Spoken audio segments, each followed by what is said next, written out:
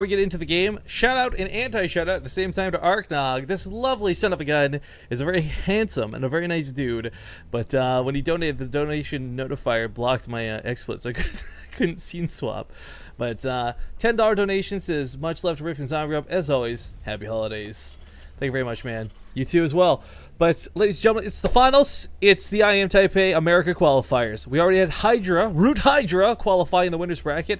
Now we're in the loser's bracket, and it's the finals of the finals. There's no other games to be played today. There's no extra lives for these players to have. So spawning here in the top right corner of the map. He knocked his opponent out once already. Can he do it again? It's Evil Genius's XenoCider. In the bottom left, as the Red Terran, it's CM Storm's Polt. So a joke was made from XenoCider before this game even began. He messaged me and he basically said, I hope you're ready for a best of 5 with all of the exact same builds, because it seems like Polt and I each only know one build for this matchup. Which is kind of funny to consider, like, Polt, okay, you did the same thing 3 times in a row, well, I guess like 5 or 6 times in a row technically, against Terran, but each time it's gone differently for him. One time it fails miserably, the next time it goes so incredibly well, third time it barely scraps out to lose. I mean, the Marines, the Hellions, the Medevac, it's definitely one of my favorite openers to not only see but execute, but it's also got the drawback of, like XenoCider said, it's predictable. His Banshee very well may not even leave his base, he might just leave it at home. Yeah, well, that's what he was doing in the later games of the first best of that they fought, so I would not be surprised at all for that. And it is so, like, you know, one day it'll be really great, next day it'll be sucky, because it is based off of so few units, you know? Micro is really key when it comes to that drop and defending the drop, because there's, what, 6 Marines and a Medevac, and then the Hellions, and... It's so gross, too, just how different that is. Like, when you fight the exact same Marines, but without a Medevac, you lose that fight so harsh, it's not even close. Whoa, wait a minute.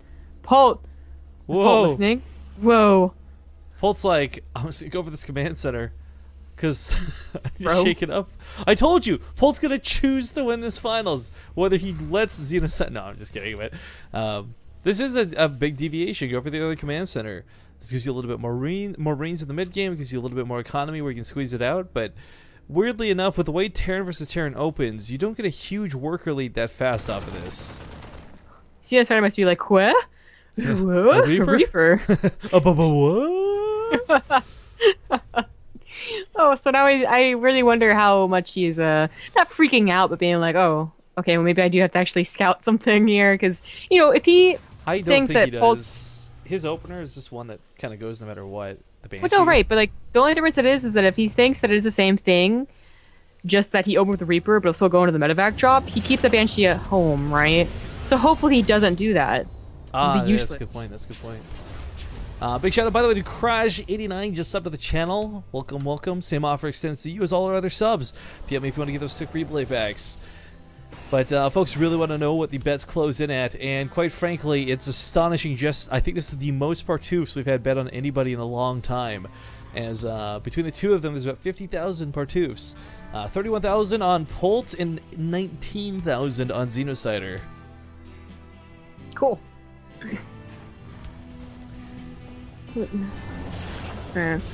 So Polt goes for the engineering bay, so he's gonna have turrets no problem for this Banshee. Was that an SCV or a Reaper? Shift down, find out. Yeah. All right. Well, the Reaper did its job, like, kind of, anyways. I mean, it saw the Marines pushing out. I guess it would have been nice to confirm the Banshee, but he will soon. You know what? Forget it. Doesn't have to confirm the Banshee. He's putting down the starts anyways. He's good. Yeah. Yeah, David Blaine. Come at him. What? Or, sorry, wrong reference. Never mind, don't you worry about that. He doesn't quite get here fast enough to kill the SCV building the commands, or the bunker rather, so it's gonna have to be a little bit tentative, as Marines will be inside that. But it's also gonna see this move out. This is gonna be a bit of a panic. You know, Cloak is okay, just now finished, but now he also knows Polt's on the way back to his base, possibly. This is weird. I think Polt is threatening him too. Look at this Medevac. Look at it go. Okay, now it's like the sickest bait though when you think about it. Yeah. Because it does drive XenoCider entirely off of killing a bunker that has almost no Marines in it. Now if he goes back, there'll be 4 Marines. Yeah. He's getting he's getting a 3rd Banshee. Ooh, this isn't gonna be helpful. Well, it's more than that. Kind of a situation where I think he feels forced all in. Because Polt did get away with this early command center. That's true. That is absolutely true.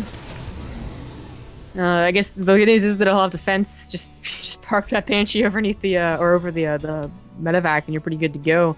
But where are the siege tanks? Okay, one siege tank is on the way, and you can start sieging up this bunker. But you know, Polt getting a second bunker just to hold on for a little longer. $5 donation from Startail Balloon with the hashtag refund. Please save esports. Balloon buddy, I love you, man. Thank you for that refund. XenoCider does get a command center behind this, so obviously not too all in, didn't pull the boys or anything. But he needs to do more damage to make up for it. And Polt's got his own tank, so it kind of cuts the line of where he can advance to. The Banshee's the one way you can really maybe get in here and change that up a bit, but as we see, Polt's tank's in such a good spot. XenoCider is going to get shut down. Does die. Too bad losing that tank. Really didn't do a lot of damage to make up for the lack of his own command center. You know, the follow-up attack on the natural here that made him win that first game on Overgrowth that they both played, not really going to happen anymore. It's going to come, I think, too late and going to be a lot less powerful. Well, he's got a really nice hold position that just seems to just very barely be exactly where it needs to be. Reaches one mineral patch, but stays outside of the range of the turret. Yep. Vikings on the way, and it's still the text, the Banshee. Just can't do anything about it. So XenoCider's attack ultimately failed, but it did kill enough workers to get him back into this game a bit. Polt's supply in SCVs, not really that high. By the time XenoCider's finished building up this orbital, he should really only be maybe like 1 or 2, if anything, of a difference. Yeah, I didn't notice how many SCVs are actually down, and that Banshee helped out a little bit at the end too, so... Xeno did make up a little bit of the difference. Also let that command center over, and that still sucks. But he's the one going around the map in control of the game so far. Polt starts stim a little bit earlier than... Oh, no, Xeno starts stim. Sorry, earlier than Polt, so... Why though? Polt had barracks faster. There goes. Well, I mean, you gotta consider, Polt had to pump out a lot of Vikings at the last second, a lot of tanks at the last second. Wasn't really sure how dedicated that attack at the front was gonna be, so... I mean, every bit of gas, that's, you know, your stim, that's a tank. Your stim, that's a Viking. Yeah, that's certainly true. And Xeno is going to abuse that spot again. Yeah. You know, with 3 Vikings, though, this is what I mean by, like, I don't know if it's going to be as powerful. I agree, this is somewhat limited in damage, because you can't afford to keep scanning for many shots, and auto turrets will only last so long.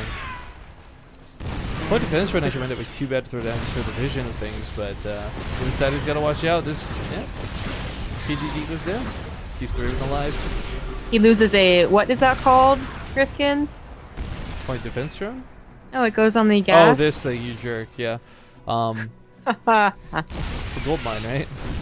Yeah, exactly. It's a gold mine. It's a forest. It makes wood. Ooh. I don't know what the attack was from Polt. It seemed like he could have, well, whatever. He killed both things. One. Uh-oh. Oh, we can't see it. Uh-oh. He's gonna lose 2 tanks. Yeah. Go on. Load the smithereens. Oh, actually, it's that third one too. I didn't think that was quite gonna go down. Yeah.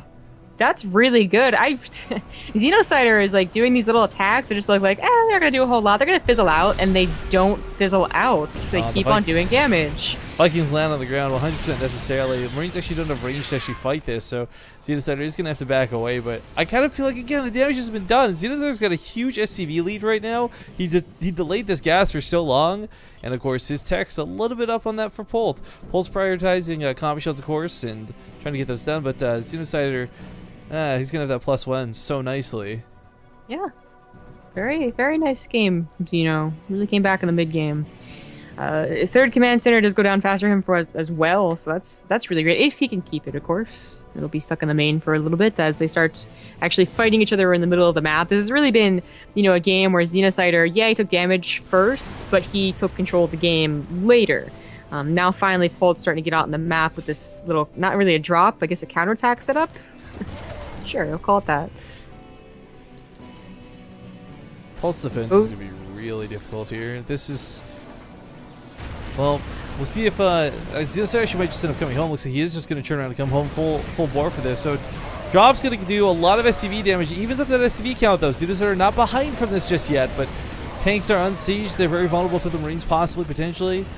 He'll barely get out of there alive. He's gonna need a turret or something to make sure that medevac dies next time. Sadly, even despite the fact they didn't take too much damage from that, there's the threat of that medevac coming back very quickly. Yeah, he left some Marines back there. I should clean it up.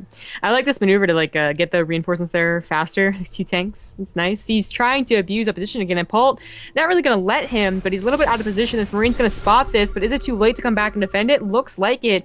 It's going to be a base trade. Oh god, as if we haven't had enough base trade TVTs, but yeah, XenoCider's going to stem right in. He lifts the command center immediately. Polt's going to try and minimize losses here. I actually like this choice a lot. But there's no tanks up on the high ground, which means these Marines with +1 weapons should be superior to that of Polt's. But of course, the medevac's a little bit late to the party, and those tanks, really late to siege. No high ground vision means the tanks are going to die. Scan's a little bit late, and Polt now is the one who's going to be deciding this game with his attack on the right side of the map. There's only 1 tank up here on the high ground, but it looks like he does drive this back, and both players are going to hold on to this game. What? Dude, that wasn't even a base trade. No, wait a minute. Polt killed a 3rd. Okay. So a base was down, but not traded. Still, though, they both recalled to 2 bases. They both have similar SCV counts. They both have similar tech, and they both kind of washed out each other's army. Yeah, I did not expect that one. But No. it really sucks that XenoCider lost 400 minerals. It does, but it's one of those things where you're looking at this and it's like, okay, well, that looks pretty close, but who really is... who's winning? And truthfully, it's nobody just yet. Polt could take a really awful engagement and throw this game in the same way XenoCider could do the exact same. Loses some medevacs in the map for free, but tank sieging up might just be what he needs for this. Marines, though, starting to lose out. It's not quite got enough. Seriously, like 3 Marines shy of actually taking this fight, and XenoCider's going to lose what little he has left. But his reinforcements are good. They're both going to exchange, like, you know, going too far forward, it looks like, as Polt should lose this tank, no problem. Whoa. Is that on purpose? Did you see that? Maybe? No. Like, that 1 Marine went off, and it was being targeted by the tank, so only 1 Marine was hit with that second... this way. Yeah. Dude, I've never actually seen that, like, actually work, I guess, because it's so hard to call what they're actually targeting, but that was cool. Yeah, no, it's the only reason I'm saying that definitely wasn't luck or anything is XenoCider's been doing cool little moves like that this entire day. Oh, why haven't you pointed it out? I've been missing out then. We already talked about this with the medevacs and the marauders. Remember, dancing in, dancing out? Oh, like... that's still not as impressive as that, I think. Oh, you're crazy. You are no. crazy. It's so hard to determine which one they're... Or whatever. Whatever, Rifty. Whatever.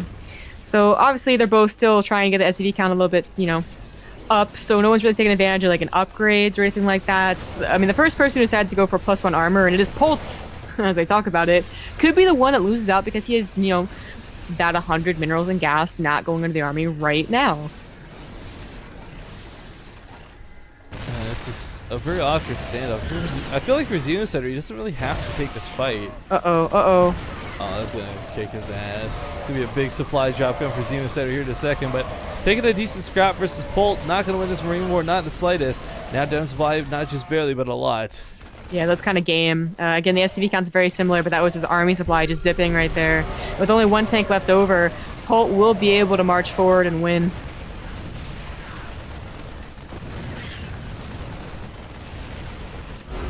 There we go, game number 1. Go to Cooler Master, CM Storms, Polt. Oh boy.